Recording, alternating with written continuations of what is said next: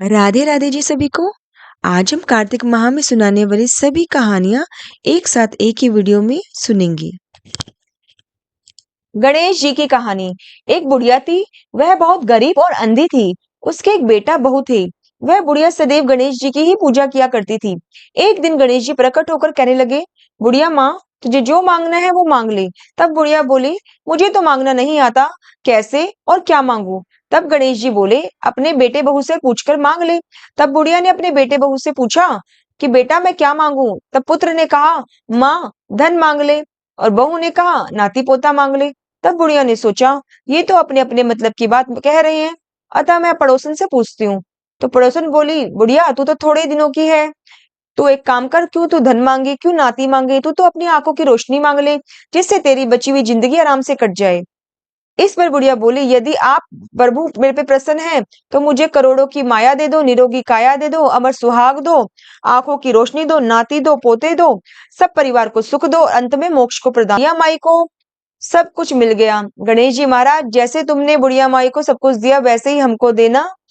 बोल गणपति गणेश भगवान की जय। लक्ष्मी जी की कहानी। एक ब्राह्मण था, पीपल में जल चढ़ाया करता था। पीपल में से लड़की कहती, पिताजी मैं आपके साथ चलूंगी। ब्राह्मण सूखने लगा। ब्राह्मणी बोली, तुम क्यों सूख रहे हो। तो ब्राह्मण बोला, पीपल में एक लड़की रोज कहती है कि पिताजी मैं तुम्हारे साथ चलूंगी। तो ब्राह्मणी बोली, कोई बात नहीं, कल ले आना, 6 लड़की है, साथ में और सही। दूसरे दिन वह बोली कि मैं पिताजी आपके साथ चलूंगी, तो वो ले आया। उस दिन वह आटा मांगने गया तो थैला भर भर के आटा मिला। आटा छानने लगी, बोली, माँ मैं छानूंगी। बोली, ना बेटी। उसने आटा छाना, पूरी बारात भर गई। माँ खाना बनाने बैठी तो बेटी बोली, नहीं माँ मैं बनाऊंगी। उसने कहा, नहीं बेटी तेरी उंगली जल जाएगी। उसने कहा, नहीं माँ मैं बनाऊंगी। अंदर गई, 36 प्रकार के भोजन बना के ले आई। आज के दिन उन्होंने 36 प्रकार के भोजन खाए, उनका पेट भर गया। तभी की तभी उसका मामा आ गया। मामा बोला, बहन कुछ खाने को दे दे, रोटी बना दे। उसने कहा, अब क्या करूं, माँ सूखने लगी। बेटी बोली, माँ आप क्यों सूख रहे हो। कहते, तेरा मामा आया है, रोटी मांग रहा है। उसने कहा, ना माँ मैं लेके आती हूँ, आप बैठो। अंदर गई, 36 प्रकार के भोजन बना लाई। मामा ने खूब पेट भर के खाया। मामा बोला, जीजी आज तो मेरा पेट भर गया। वो बोली, भाई तेरी भांजी पावनिका ने बनाया है। माँ मामा खा के खाना चला गया। शाम हुई, माँ ने जोत जलाई, दीवा बाला, और वो बोली, मैं तो कोठे में जाके सोऊंगी। माँ बोली, ना बेटा तू डर जाएगी। कहती, ना माँ मैं तो कोठे में सोऊंगी। कोठे में जाके सो गई। वहां से जाने लगी, सारे में धन ही धन कर दिया। जब बाहर जाने लगी तो एक बूढ़ा ब्राह्मण सो रहा था। बोली, बेटी तू कहाँ जा रही है। बोली, मैं तो लक्ष्मी माता हूँ, इसके 6 बेटियां थी, इसकी दरिद्रता दूर करने आई थी। तुझे भी करवानी है तो तू भी करवा ले। उसके घर में भी चारों तरफ देखा आंखों से, तो वहां पे भी धन ही धन कर दिया। सवेरे उठ के सब ढूंढने लगे, पावनी बेटी कहाँ गई, पावनी बेटी कहाँ गई। बाहर वाला बूढ़ा ब्राह्मण बोला, वो तो लक्ष्मी माता थी, तेरे साथ साथ मेरी भी दरिद्रता दूर करके चली गई। जैसे लक्ष्मी माता ब्राह्मण की दरिद्रता दूर करिए आपने, वैसे मेरी भी करना। कहते सुनते हुंकारे भरते सबकी करना। बोल लक्ष्मी माता की जय। तुलसा जी की कहानी। एक गांव में बहुत सी औरतें रोज तुलसी जी को सींचने जाया करती थी। इन्हीं में से एक बुढ़िया माई थी, जो रोज तुलसी जी को सींचने जाती थी और कहती थी, हे तुलसी माता सत की दाता, मैं तेरा बेड़ा सींचती हूँ, तू मुझे बहू दे, पीताम्बर की धोती दे, मीठा मीठा घास दे, बैकुंठ में वास दे, चटक की चाल दे, दाल भात खाने को दे, प्यारस की मौत दे, और श्री कृष्ण का कंधा दे। बुढ़िया बाई की बात सुनकर तुलसी जी सूखने लगी। यह देखकर भगवान ने पूछा कि तुम क्यों सूख रही हो? इस पर तुलसी माता ने जवाब दिया, रोज पूजा करते समय मुझसे बहुत कुछ मांगती है, मैं इसकी सभी इच्छाएं पूरी कर सकती हूँ, लेकिन आपका कंधा कैसे दूंगी। उनकी यह इच्छा पूरा करना मेरे बस की बात नहीं है। इस पर भगवान बोले, इस बात की चिंता तुम मत करो, तुम उस बुढ़िया माई को कह देना, जब वो मरेगी तो श्री कृष्ण जी उनको कंधा दे आएंगे। कुछ दिनों के बाद बुढ़िया माई मर गई। जब लोग उसे ले जाने लगे तो वह किसी से उठी नहीं। हर कोई यह देखकर बहुत हैरान हो गया। तभी भगवान कृष्ण वहां पर एक बालक का रूप धारण कर आए और बुढ़िया माई के कान में बोले, बुढ़िया माई मन की निकाल ले, पीताम्बर की धोती ले, मीठा मीठा घास ले, बैकुंठ का वास ले, चटक की चाल ले, पटक की मौत ले, और श्री कृष्ण का कंधा ले। यह बात सुनकर बुढ़िया माई हल्की हो गई। तभी भगवान ने बुढ़िया माई की अर्थी को हाथ लगाया तो वह आसानी से उठ गई और उसे शांति मिल गई। हे तुलसी माता, जैसे बुढ़िया माई को आपने मुक्ति दी, वैसे ही आप सबको देना। कहते सुनते हुंकारा भरते तुलसी महारानी की जय, हर की पटरानी की जय। पीपल पथवारी की कहानी। एक बुढ़िया थी, उसने अपनी बहू से कहा, तू दूध दही बेच आ। वह बेचने गई तो रास्ते में कई औरतें पीपल पथवारी सींच रही थी। उनको सींचता देख बहू ने पूछा कि ये तुम क्या कर रही हो। औरतें बोली, पीपल पतवारी सींच रहे हैं, 12 वर्ष का बिछड़ा हुआ पति मिलता है। बहू बोली, ऐसी बात है तो तुम तो पानी से सींचती हो, मैं तो दूध से सींचूंगी। गुजरी बहू रोजाना दूध दही बेचने नहीं जाती, वह रोजाना दूध को पीपल में और दही को पतवारी में सींच देती।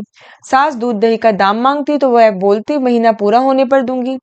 जैसे ही कार्तिक का महीना पूरा हो गया, पूर्णिमा के दिन बहू पीपल पतवारी के पास जाकर बैठ गई। पतवारी ने पूछा, तुम यहाँ क्यों बैठी हो? बहू बोली, सास दूध दही के दाम मांगेगी। पीपल पतवारी बोली, मेरे पास तो दाम नहीं है, मेरे पास तो फूल ये पत्ते कंकड़ रोड़े रखे हैं, ले जा। बहू ने वैसा ही किया और जाकर कोठरी में रख दियो। बहू तो डर के मारे चद्दर ओढ़ के सो गई। सासू बोली, पैसे लेके आई है? बहू बोली, कोठरी में रखे हैं। सासू ने कोठरी खोली तो देखा हीरे मोती जगमगा रहे थे। सासू बोली, बहू इतना धन कहाँ से लाई? बहू ने आकर देखा तो सच्ची में धन ही धन भरा था। बहू ने सास को सारी बात बता दी। सास ने कहा, अब की कार्तिक में मैं भी पतवारी सींचूंगी। कार्तिक आया, सास दूध दही तो बेच आती और हांडी धोकर पीपल पतवारी में चढ़ा देती। आकर बहू से कहती, मेरे से दाम मांग। वह कहती, कभी सासू जी, कभी बहू भी दाम मांगती है, मगर सासू कहती, तू मांग। बहू बोली, सासू जी पैसे ले आओ। तो सास पीपल पतवारी के पास जाकर बैठ जाती। पीपल पतवारी ने सास को पान पतूरा भरा डीडा दे दिया। उसने ले जाकर कोठरी में रख दिया। बहू ने खोलकर देखा तो कोठरी में कीड़े मकोड़े बिलबिला रहे थे। सब औरतें बोली, बहू ने तो सच से सींचा था और बुढ़िया ने तो धोखा दिया। इसलिए सब कोई काट पतवारी माता जैसे बहू को दिया वैसे सबको देना, जैसे सास को दिया वैसे किसी को ना देना। पतवारी माता की जय। लपसी तपसी की कहानी। एक तपसी था, एक लपसी था। तपसी हमेशा भगवान की तपस्या में लीन रहता था। लपसी रोजाना 1.25 सेर की लापसी बनाकर भगवान का भोग लगाकर जीम लेता था। एक दिन दोनों लड़ने लगे। तपसी बोला, मैं रोज भगवान की तपस्या करता हूँ इसलिए मैं बड़ा। लपसी बोला, मैं तो रोजाना 1.25 सेर की लापसी भोग लगाकर खुद जीमता हूँ इसलिए मैं बड़ा। नारद जी वहां से गुजर रहे थे। दोनों को लड़ते हुए देखकर उन्होंने कहा, तुम में से कौन बड़ा, इसका फैसला मैं करूंगा। तपसी ने खुद को बड़ा बताया और लपसी ने खुद को बड़ा बताया। नारद जी बोले, तुम्हारा फैसला मैं कर दूंगा। दूसरे दिन लपसी तपसी नहाकर अपनी रोज की भक्ति करने आए तो नारद जी ने छुप कर 1.25 करोड़ की एक एक अंगूठी उन दोनों के आगे रख दी। तपसी की नजर उस अंगूठी पे पड़ी तो उसने चुपचाप अंगूठी उठाकर अपने नीचे दबा ली। लपसी की नजर अंगूठी पर पड़ी लेकिन उसने ध्यान नहीं दिया। भगवान का भोग लगाकर लापसी खाने लगा। नारद जी सामने आए तो दोनों को पूछा कि कौन बड़ा। तो नारद जी ने तपसी से खड़ा होने को कहा। वह खड़ा हुआ, उसके नीचे दबी हुई अंगूठी दिखाई दी। नारद जी ने तपसी से कहा, तपस्या के बाद भी तुमने चोरी करी, इसलिए लपसी बड़ा और तुम्हारी तपस्या का फल नहीं मिलेगा। तपसी शर्मिंदा हुआ, उसने माफी मांगी। उसने नारद जी से पूछा, मेरी तपस्या का फल कैसे मिलेगा? नारद जी ने कहा, यदि कोई गाय और कुत्ते की रोटी नहीं बनाएगा तो फल तुझे मिलेगा। यदि कोई ब्राह्मण को भोजन करवाकर दक्षिणा नहीं देगा तो फल तुझे मिलेगा। यदि कोई साड़ी के साथ ब्लाउज नहीं देगा तो फल तुझे मिलेगा। यदि कोई दिए से दिया जलाएगा तो फल तुझे मिलेगा। यदि कोई सारी कहानी सुनकर। गंगा जमुना की कहानी। प्राचीन समय में एक गांव था जिसमें 2 बहनें रहा करती थी। एक बहन का नाम था गंगा जी, दूसरी बहन का नाम था जमुना जी। एक बार दोनों बहनें साहूकार के खेत से जा रही थी तो जमुना जी ने 13 जौ के दाने तोड़ लिए। इसे देखकर गंगा बोली, तुझे तो बहन ग्रहण लग गया, यह तो तूने चोरी की है। इस पर जमुना जी बोली, अब मेरा ग्रहण कैसे धुलेगा? गंगा ने कहा कि तुझे 12 साल साहूकार के यहाँ नौकरी करनी पड़ेगी, तभी तेरा पाप धुलेगा और ग्रहण की भी मुक्ति होगी।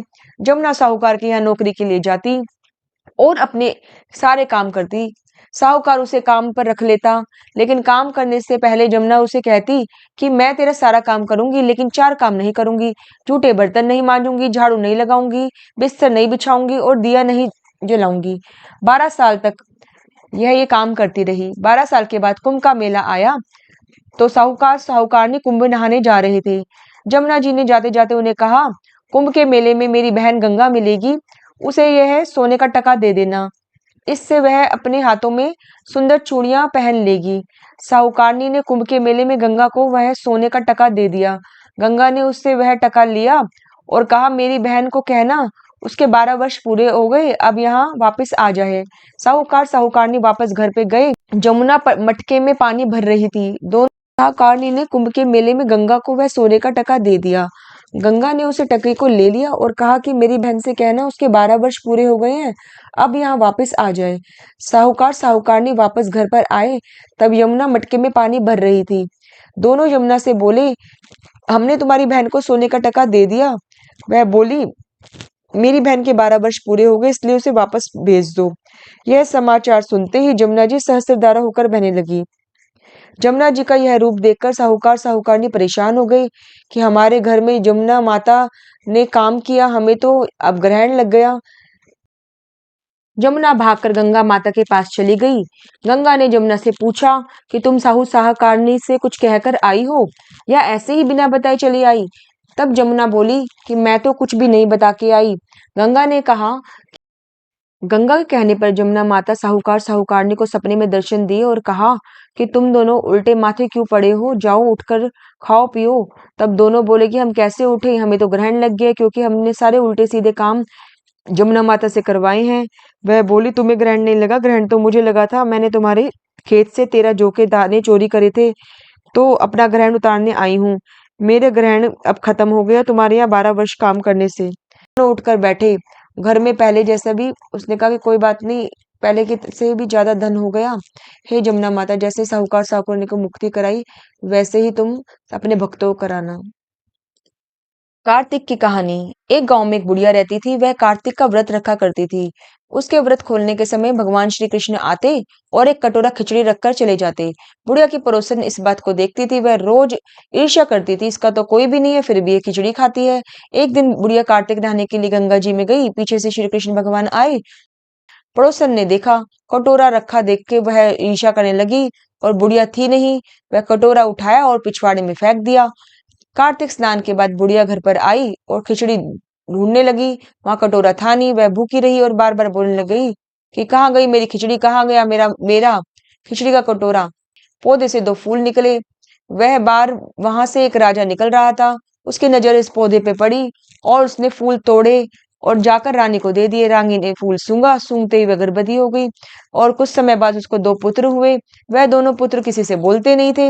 वह शिकार खेलने उसी जगह गई जहाँ पे बुढ़िया रहती थी। वो गुड़िया अभी भी वही बात कह रही थी, कहाँ गई मेरी खिचड़ी, कहाँ गया मेरा बेला। रहे थे दोनों ने बोला, हम है तेरी खिचड़ी, हम है तेरा बेला। हर बार जब भी वह शिकार में जाते, बुढ़िया यही बात कहती, वह दोनों भी यही उत्तर देते। एक बार राजा के कानों में यह बात पड़ गई। उसे आश्चर्य हुआ कि दोनों लड़के किसी से नहीं बोलते, उस बुढ़िया से कैसे बोलते हैं। राजा ने बुढ़िया को राजमहल में बुलवाया और कहा कि हमसे तो किसी से ये दोनों बात नहीं करते, तुमसे कैसे बोलते हैं। बुढ़िया ने कहा कि महाराज मुझे नहीं पता, मुझे बोल देते हैं। तो कार्तिक का व्रत करती थी, तब श्री कृष्ण भगवान मुझे खिचड़ी और बेला दे के जाते थे। एक दिन मैं स्नान करने चली गई, वापस आई तो वहां पे ना खिचड़ी थी ना मेरा बेला था। तब से वह यही कह रही है, कहाँ गई मेरी खिचड़ी, कहाँ गई मेरा बेला। तब इन दोनों लड़कों ने कहा कि तुम्हारी पड़ोसन ने खिचड़ी पिछवाड़े में डाल दी थी, और पिछवाड़े में जब खिचड़ी डाली वहां पर एक पौधा उगा, पौधे से हम 2 फूल बन गए, और ये जो 2 फूल थे ये राजा तोड़ के ले आया, जो रानी ने सूंघा, और सूंघने से 2 उनके पुत्र हुए जो हम दोनों ही हैं। सारी बात सुनकर राजा ने बुढ़िया को महल में ही रख लिया। कार्तिक महाराज जैसे आपने बुढ़िया की बात सुनी, वैसे ही सबकी सुनना, कहते सुनते हुंकारे भरते। बोल कार्तिक के देवता की जय। नगर बसेरे की कहानी। इसे जाट के भाट की कहानी भी कहते हैं। किसी गांव में एक जाट का रहता था और एक भाट का रहता था। दोनों बहुत अच्छे मित्र थे। एक बार जाट अपनी बहन के जा रहा था और भाट अपने ससुराल जा रहा था। दोनों साथ चल पड़े। वहां रुककर एक कुएं के मुंडेर पर बैठ गए। जाट ने भाट से कहा कि नगर बसेरा कर लेते हैं। इस पर भाट बोला कि तू ही कर ले, मैं तो अपने ससुराल जा रहा हूँ, वहां तो खूब खातिरदारी होगी, तू ही कर नगर बसेरा। जाट वहीं कुएं पर बैठ गया, पानी की घंटी ली और चावल का दाना हाथ में लिया। नगर बसेरा करने के साथ जाट बोलने लगा, नगर बसेरा जो करे सो मल धोवे पाव, ताता मांडा तापसी देगी मेरी माँ, माँ देगी मावसी, देंगे द्वार का कवास, मीठा मीठा घास, वृंदावन का वास। 5 कुलटी छठी रास, मेरा जीवड़ो श्री कृष्ण के पास, डालू पानी हो जावेगी, जट से निकल जाए मेरा जी। यह सब कहकर वह अपनी बहन के चला गया। वहां जाकर बहन ने घी बूरा दिया, खूब खातिरदारी करी, जिमाया और बहुत सारी बातें करी। इधर भाट अपने ससुराल पहुंचा तो वहां आग लगी पाई। आग बुझाते बुझाते हाथ पैर मुंह सब काले हो गए। खुद थोड़ा सा झुलस गया। न रोटी पानी मिली न पानी मिला। बोली कि जमाई आया है। सास बोली, मैं कहाँ बिठाऊं, सब कुछ तो जल गया, क्या खिलाऊं। तो पड़ोसन ने ही उसको एक रोटी और छाछ पिला दी। वो बैठ के जिम के चला गया। शाम को दोनों फिर घर की ओर चल पड़े। रास्ते में फिर मिले, एक दूसरे को हालचाल पूछा और बोला, मेरी ससुराल में तो आग लग गई।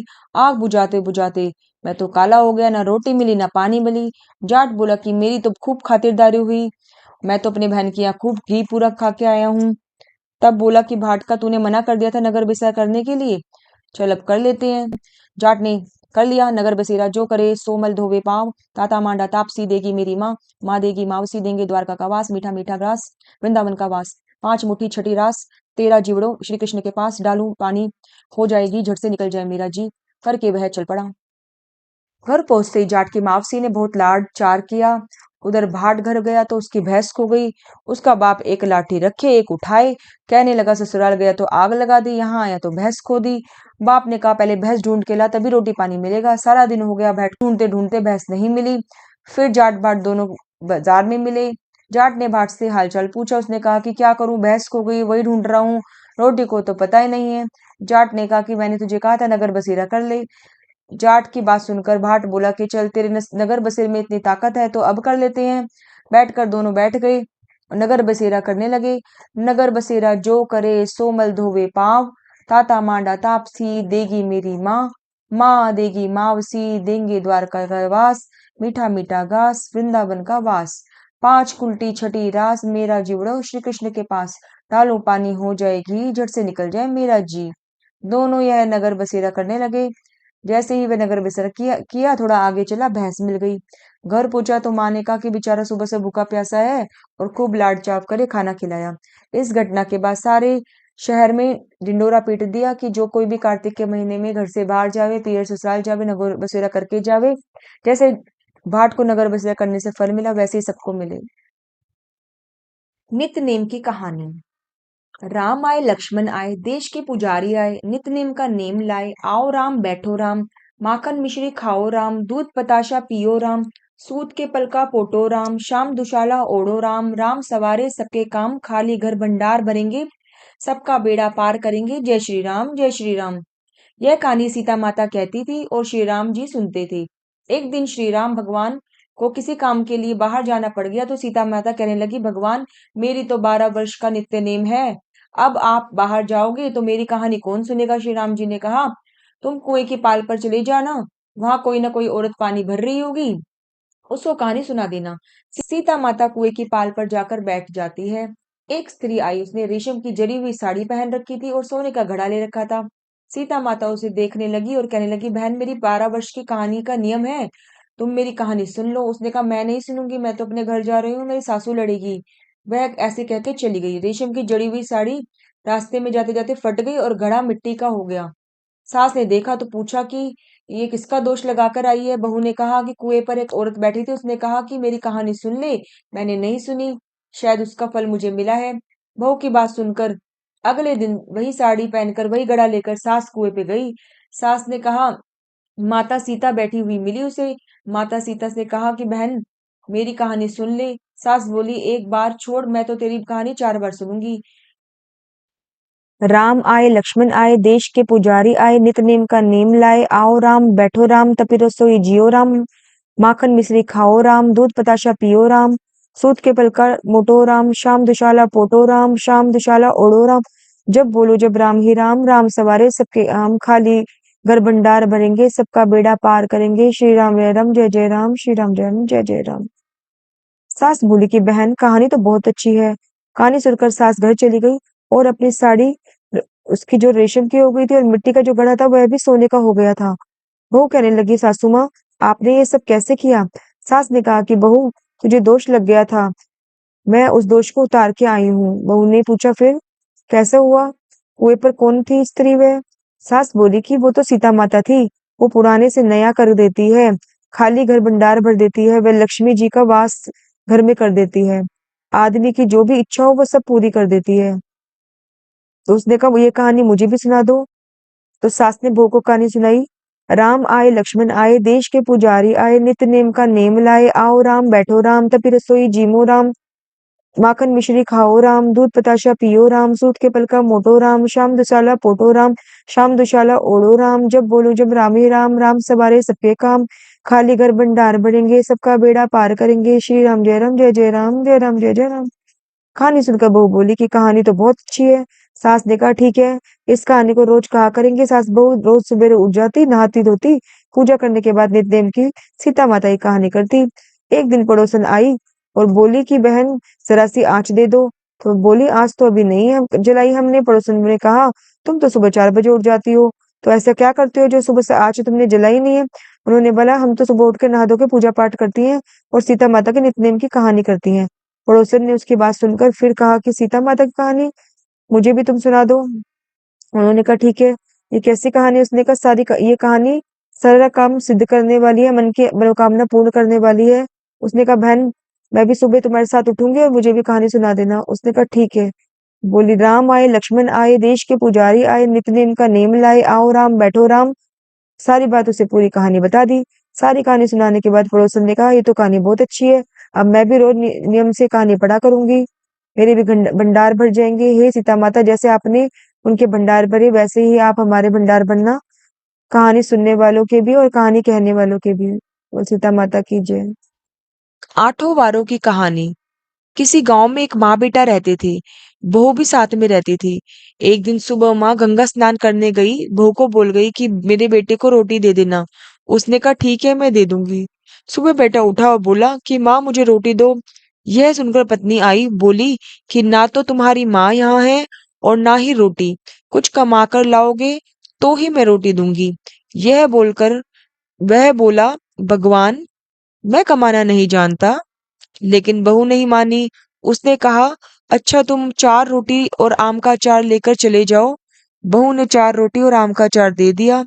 वह रोटी लेकर कुएं की मुंडेर पर आकर बैठ गया और भगवान को याद करने लगा। वह बोला राम मैं कमाना नहीं जानता। भगवान उसकी बात सुन ब्राह्मण का वेश बनाकर आए और कहने लगे कि तुम इतने उदास क्यों बैठे हो?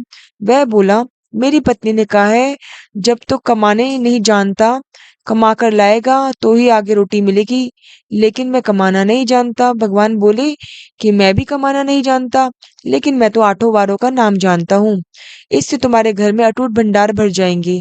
भगवान बोले कि तुम चावल के दाने लेकर आओ और पानी की घंटी लेना। जो बर्तन ढके हुए हैं उनका मुंह खोल देना और जो घर के बर्तन उल्टे पड़े हैं उनको सीधा कर देना। भगवान के रूप में ब्राह्मण ने कहा और उसने सुना। रविवार, सोमवार, मंगलवार, बुधवार, शुक्रवार, शनिवार, आठों वार का आसरा, भरियो पीवर सासरा। इसके बाद उसके घर में अटूट भंडार होते चले गए। घर पहुंचा तो उसकी पत्नी ने बोला तुम क्या लाए हो? उसने कहा मैं तो आठों वारों का नाम लाया हूँ। पत्नी ने सोचा चलो कुछ तो लाया है। पति फिर बोला कि चावल के दाने ला, पानी की घंटी ला, जो ओंधे मुंह पड़े उनको सीधा कर, जो ढके हैं उनका मुंह खोल। पति ने कही, पत्नी ने सुनी। रविवार, सोमवार, मंगलवार, बुधवार, बृहस्पतिवार, शुक्रवार, शनिवार, आठों वार का आसरा, भरियो पीहर सासरा, अटूट भंडार होते चले गए। से बोला कि मैं बेटी के होके आता हूँ। वो फटे से कपड़े पहनकर बेटी के चला गया। बच्चे बोले नाना आए नाना आए। बेटी बोली कैसे आए हैं? मुफ्त की रोटियां तोड़ने आए हैं। बेचारा सोचने लगा गरीबी भी ये सब क्या कहला लेती है मुख से। पिता ने बेटी से कहा बेटी मेरी आठवीं कहानी सुन ले। बेटी ने जवाब दिया पिताजी अभी तो मेरा मुख टूटा है, कल सुनूंगी। अगले दिन पिताजी पर उसको तरस आ गया तो कहती है पिताजी आप मुझे अपनी कहानी सुना दो। पिताजी बोलते हैं चावल के दाने ला, पानी की टंकी ला, जो औंधे मुख है उनको सीधा कर दे, जो ढके हैं उनका मुख खोल दे। पिता ने कही, बेटी ने सुनी। रविवार, सोमवार, मंगलवार, बुधवार, बृहस्पतिवार, शुक्रवार, शनिवार, आठों वारों का आसरा, भरियो पीहर सासरा। बेटी के भी अटूट भंडार होते चले गए। बेटी टोकरे भर भर कर बांटने लगी। तो ये इतना सारा जो तुम बांट रही हो वो कहाँ से आया है? बेटी ने जवाब दिया कि मेरे पिताजी तो खाली हाथ आए थे, ये तो सब आठों वारों की कहानी का ही फल है। पड़ोसन बोली कि अपने पिताजी से मुझे भी सुना दे आठों वारों की कहानी। पिताजी ने कहा आज तो मेरा मुख झूठा है, लेकिन कल मैं कहानी सुना दूंगा। दूसरे दिन पिता ने पड़ोसन को कहानी सुनाई। उसके भी अटूट भंडार होते चले गए। जैसे भगवान के वेश में ब्राह्मण की आठों वारों की कहानी से सबके भंडार भरते चले गए, उसी प्रकार हमारे भी भंडार पूरे करना। कहते सुनते हुंकारा भरते। इल्ली और घुन की कहानी। पुराने समय की बात है, एक इल्ली थी और एक घुन था। एक दिन इल्ली बोली आओ घुन कार्तिक स्नान करते हैं।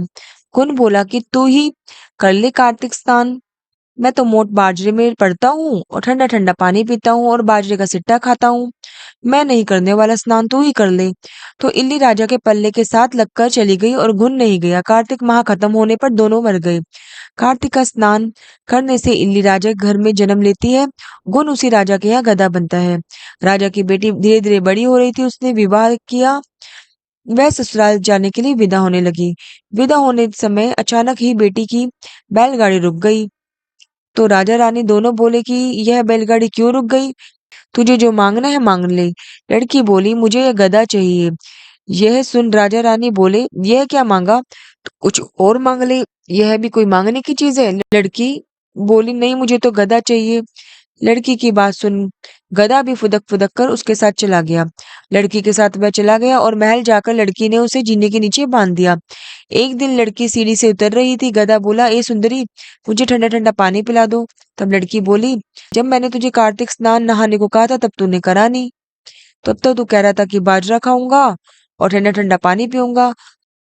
गधा और रानी बात कर रहे थे तो उसकी देवरानी जिठानी ने सुन लिया।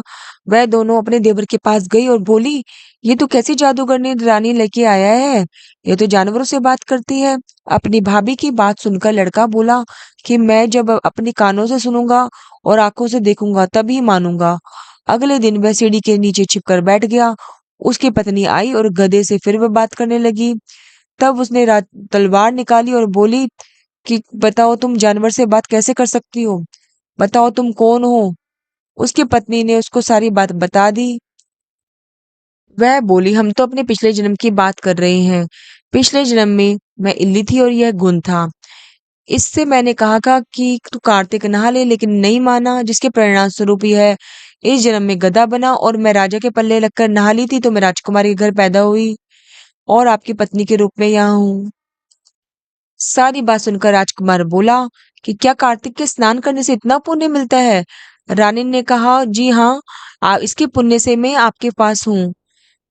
अपनी पत्नी की सारी बात सुनकर राजकुमार ने कहा, यदि कार्तिक स्नान से इतना महत्व है तो हम दोनों जोड़े से नहाएंगे और खूब दान पुण्य करेंगे।